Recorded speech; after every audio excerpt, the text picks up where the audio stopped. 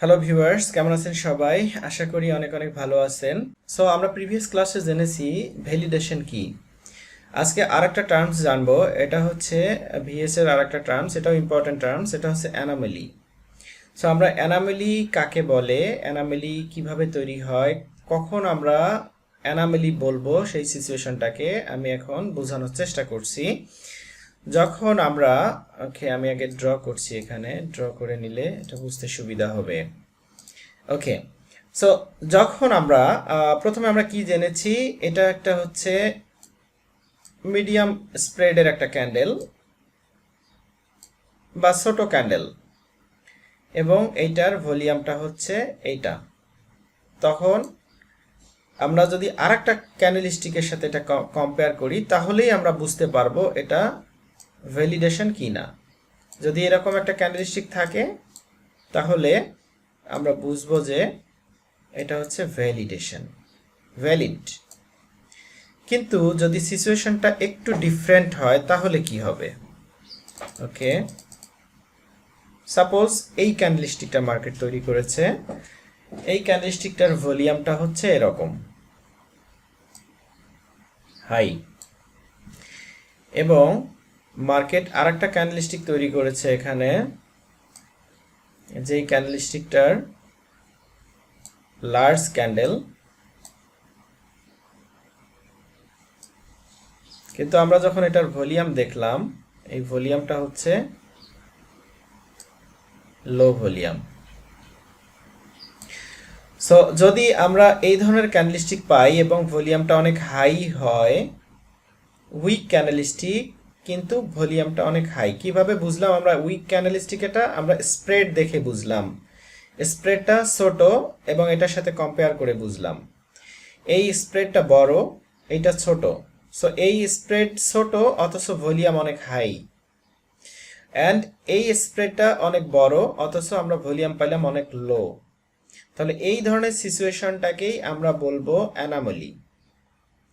Anomaly, that means আমাদেরকে বুঝতে হবে something wrong in the market. So যদি আমরা এইখানে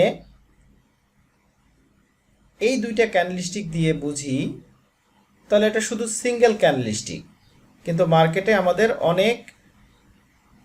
অনেকগুলো ক্যান্ডেলস্টিক থাকবে। তখন আমরা কিভাবে বুঝবো যে এটা ভ্যালিডেশন নাকি অ্যানোমালি? সো যদি আমরা দেখি যে প্রথম ক্যান্ডেলস্টিকটা সাপোজ এখান থেকে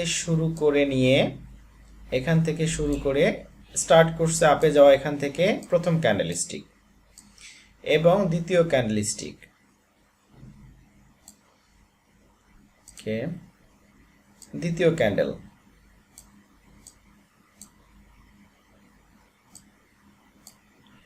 তৃতীয় ক্যান্ডেল,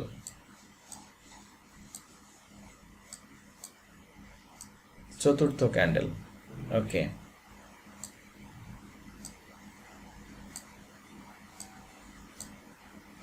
আচ্ছা, এই প্রথম ক্যান্ডেলস্টিকের ভলিউমটা আমরা পাইলাম এটা, ঠিক আছে, ওকে।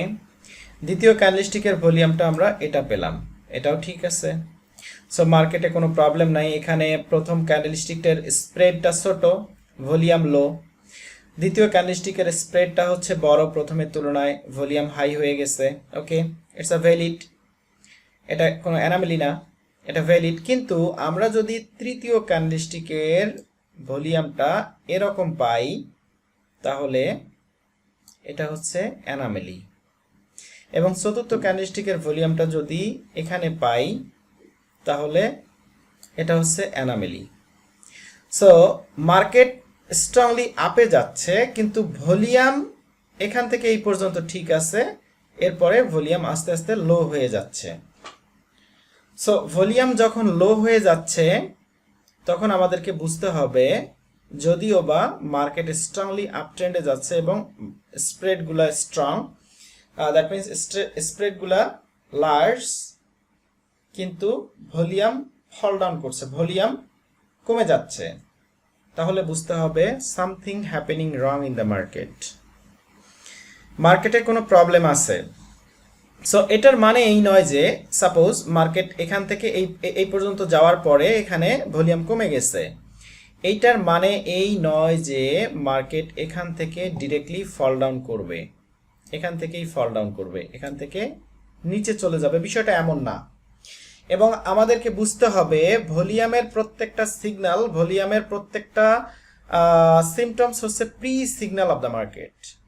প্রি সিগন্যাল দ্যাট মিনস আমরা আগেই একটা সিগন্যাল পাবো যে মার্কেটে কিছু একটা প্রবলেম চলছে, মার্কেট একটা নির্দিষ্ট জায়গা পর্যন্ত গিয়ে সেখান থেকে রিভার্স করার সম্ভাবনাটা অনেক বেশি থাকে।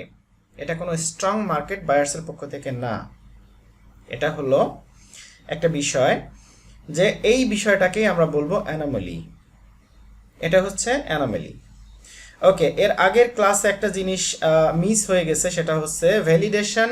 আমরা তো জেনেছি যে এই ক্যান্ডেলস্টিকগুলো এরকম হলে এটাকে আমরা ভ্যালিডেশন বলতে পারি। ড্র করতেছি এখানে। Okay, third candle and then fourth candle. Okay, এটা যদি এরকম হয় আমরা এটাকে জেনেছি যে এটা হলে validation. Step by step volume যদি ইনক্রিজ করে তাহলে এটা ভ্যালিডেশন। কিন্তু মার্কেট যদি এরকম হয়, ফার্স্ট ক্যান্ডেলটা ঠিক এরকম,